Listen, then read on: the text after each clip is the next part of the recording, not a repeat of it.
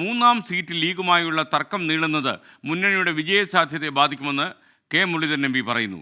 ലീഗിന് അർഹതാ സർട്ടിഫിക്കറ്റ് അല്ല വേണ്ടത്. നാളെ പ്രശ്നപരിഹാരം ഉണ്ടാകണമെന്നാണ് അദ്ദേഹം പറയുന്നത്. നാളെയെങ്കിലും ഇത് പരിഹരിക്കപ്പെടുമെന്നാണ് അദ്ദേഹത്തിൻ്റെ പ്രതീക്ഷ. കോൺഗ്രസിൽ ഐക്യം ശക്തിപ്പെടണമെന്ന കെ മുരളീധരൻ എം പി 24-നോട്. Very good morning S K N. തെരഞ്ഞെടുപ്പ് പടിവാതിക്കൽ എത്തിയിരിക്കുന്നു. പാർലമെൻറ്റ് തെരഞ്ഞെടുപ്പിന് വേണ്ടി എല്ലാ മണ്ഡലങ്ങളിലും പ്രവർത്തനങ്ങൾ വിവിധ മുന്നണികൾ സജീവമാക്കിക്കൊണ്ടിരിക്കുന്നു. ഈ വേളയിൽ മുതിർന്ന കോൺഗ്രസ് നേതാവ് കെ മുരളീധരൻ എം പി നമ്മളോടൊപ്പം ചേരുകയാണ്. ഏറ്റവും പ്രധാനപ്പെട്ട കാര്യം, തെരഞ്ഞെടുപ്പ് പടിവാതിക്കൽ പാർലമെൻറ്റ് തെരഞ്ഞെടുപ്പ് എത്തി നിൽക്കുമ്പോഴാണ് ഒരു ഉപതെരഞ്ഞെടുപ്പിൻ്റെ റിസൾട്ട് വരുന്നത്. ആ റിസൾട്ട് കോൺഗ്രസിന് കുറേ പാഠങ്ങൾ നൽകുന്നുണ്ടോ? അല്ല, സ്വാഭാവികമായിട്ട് ഈ ലോക്കൽ ബോഡിയിലെ ഒരു പ്രത്യേക രീതിയിലുള്ള ഇലക്ഷനാണ്. അതൊരിക്കലും പാർലമെൻറ്റിനെ ബാധിക്കില്ല. പക്ഷേ കഴിഞ്ഞ തൃക്കാക്കര മുതൽക്കുള്ള തുടർച്ചയായിട്ടുള്ള വിജയം ഉണ്ടാകുന്നൊരു സാഹചര്യത്തിൽ ഇപ്പോഴൊരു ചെറിയ തിരിച്ചടി ഉണ്ടായത് വളരെ ഗൗരവത്തിൽ തന്നെ പാർട്ടി കാണും. പ്രത്യേകിച്ച് മട്ടന്നൂരിലെ ഞങ്ങളുടെ പരാജയം. ഈ പരാജയത്തിന് ഞങ്ങൾ അർഹിക്കുന്ന ഗൗരവത്തോടു കൂടി തന്നെ കൈകാര്യം ചെയ്യും. ഈ മറ്റൊരു പ്രധാനപ്പെട്ട കാര്യം, ഈ തെരഞ്ഞെടുപ്പ് എത്തിയിട്ടും ലീഗിൻ്റെ തർക്കത്തെ ലീഗ് അങ്ങനെയൊന്നും അവകാശവാദങ്ങൾ ഉന്നയിക്കാറില്ല.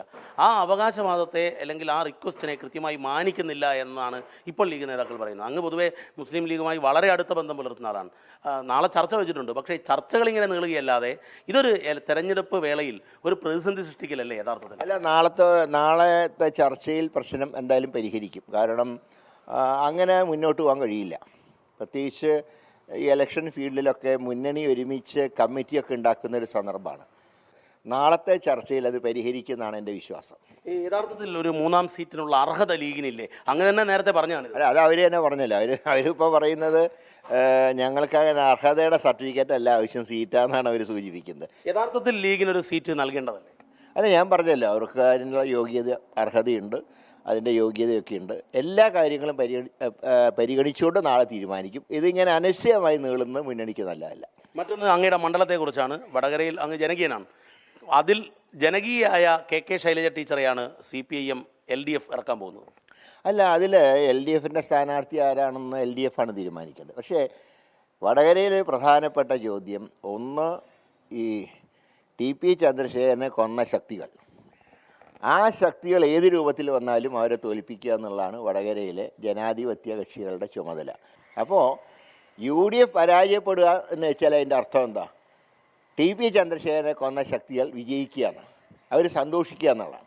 അപ്പോൾ സ്ഥാനാർത്ഥികൾ ഏത് രൂപത്തിൽ വന്നാലും ഇവിടുത്തെ അടിസ്ഥാന പ്രശ്നം കൊലപാതക രാഷ്ട്രീയത്തിനെതിരായിട്ടുള്ള ശക്തമായിട്ടുള്ള സ്റ്റാൻഡാണ്. ഈ തെരഞ്ഞെടുപ്പ് വേളയാണ്. കോൺഗ്രസിൽ ഐക്യം ശക്തിപ്പെടേണ്ടതില്ലേ? UDFിൽ ശക്തിപ്പെടേണ്ടതില്ലേ? കോൺഗ്രസിൽ ഐക്യം ശക്തിപ്പെടണം. അപ്പോൾ സ്വാഭാവികമായിട്ട് UDFിൽ അത് ശക്തിപ്പെടും.